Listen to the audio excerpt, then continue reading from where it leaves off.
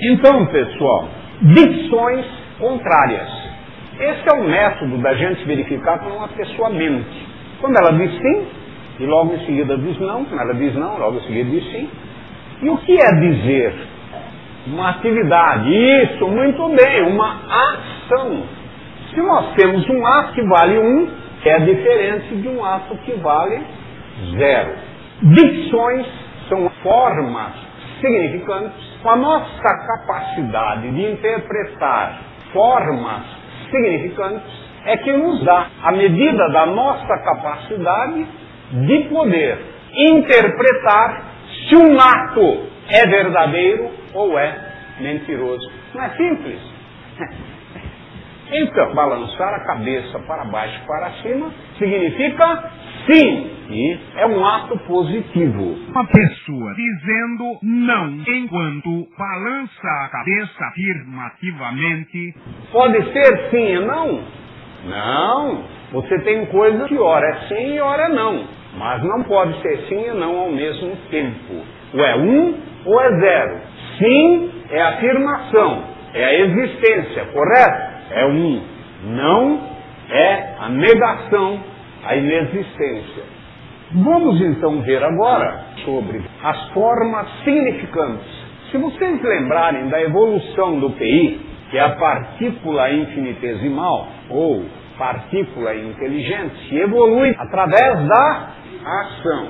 A primeira coisa que nós temos é a ação. Uma ação inconsciente, cega, alienada, é uma ação levada. Por isso que muitas vezes se diz para um amigo, a gente diz assim, olha, você que nem mostra nada. Fazia tanto tempo que eu não dizia isso, essa semana eu falei para alguém, não sei para quem. Para quem eu falei? Não vai aparecer, né? Um dia eu falei isso para a Márcia, naquela época, quando ela era alienada, lembra? Naquela época que ela era, um dia eu falei para ela, Márcia, fiz uma poesia para você, ela ficou tão contente. Você tem essa poesia, né, Márcia? Tem?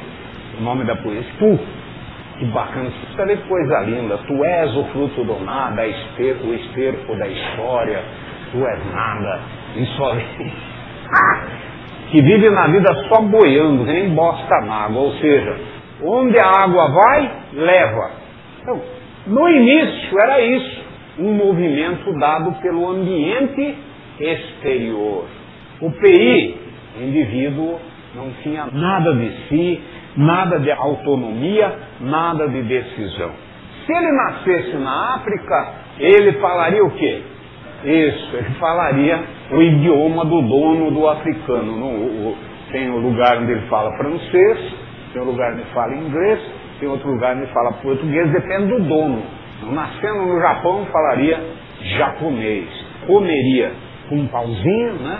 Vinha para o Brasil fazer pastéis. Chinês. Tchum tchum tchum, era um China danado. Tchum tchum tchum, era um homem gozado. Se vinha a mulher na pastelaria, tchum tchum tchum, da vida esquecia. Tchum tchum tchum. E aí ele fazia a proposta, pasteiro convento, sim senhor. Pasteiro convento, sim senhor. Ele oferecia pasteiro para a moça, né? Pasteiro convento.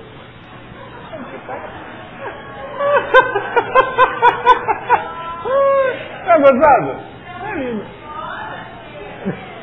Então, se nascêssemos pampas gaúcho, tchê, ele falaria tchê, guri, guria, montaria cavalo, andaria com bombacha, aquele sapatão assim, chapéuzão de couro e tudo mais. Se nascesse lá no Nordeste, usaria aquele chapéuzinho de couro, falaria daquele jeito e assim por diante. Ou seja, é um produto do meio.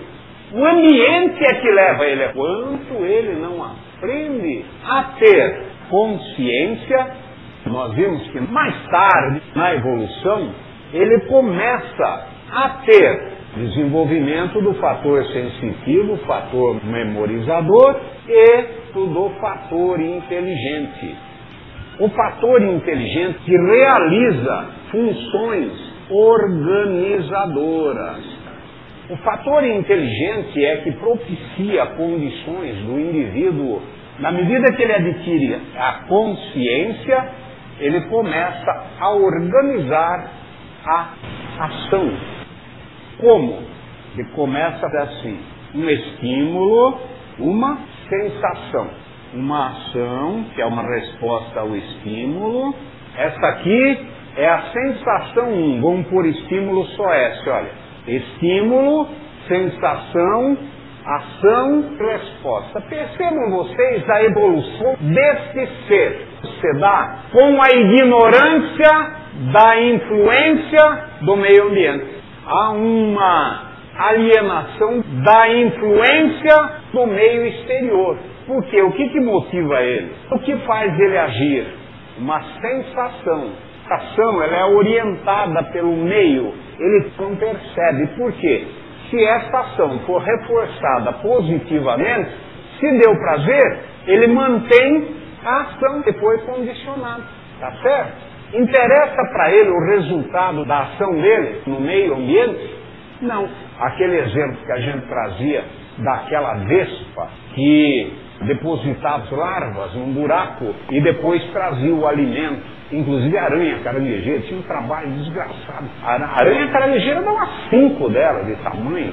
Ela não mata, ela envenena de uma tal forma que a aranha permanece viva num estado de dormência. E aí ela joga para as larvas. E depois tapa tudo com cera. Ela faz um buraco num determinado lugar, tapa tudo com cera, as larvas e a aranha. As larvas vão acordando primeiro e vão se alimentando da aranha. E depois, quando elas se sentem fortes, elas se alimentam da cera e saem. Olha que sabedoria dessa mãe vespa.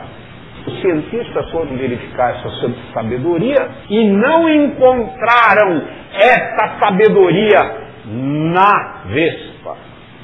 Se você faz um computador, todo mundo vem e diz que máquina é inteligente. Esse todo mundo é idiota, não é a máquina que é inteligente. Foi quem fez ela e colocou nela aquela atividade. Daí porque existem os religiosos que perguntam: quem é que pôs essa inteligência nesse bichinho? Porque a experiência mostrou que ele não tinha. Não tinha por quê? Os cientistas deixaram vazado o buraco, não tinha fundo. Vinha a vespa, jogava as suas larvas lá, as larvas caíam, daí teve todo um trabalho de matar 1 ou 2 caranguejeiras, carregou aquele tremendo peso, jogou naquele buraco, a aranha também subiu, né, porque não tinha fundo o buraco, depois tampou o buraco. Tampou nada e foi embora com a consciência tranquila que tinha feito tudo o que precisava fazer. Assim é o imbecil inconsciente da sua ação no meio. Por quê? Porque a vespa está escravizada a um estímulo sensorial, uma sensação desprazerosa que obriga a uma ação memorizada, uma ação que já está na memória. Quando você fica doente, que você dá dor de barriga, o que você faz? Eu vou no banheiro. Tá bom, depois que você for no banheiro, se a dor de barriga continua, o que você faz? Sua anta, é isso mesmo. Não pare para pensar. Bobagem, precisa pensar? Não precisa, continue assim, toda dor que der vai ao médico. Garanto para você que alguém vai ficar muito bem nessa história.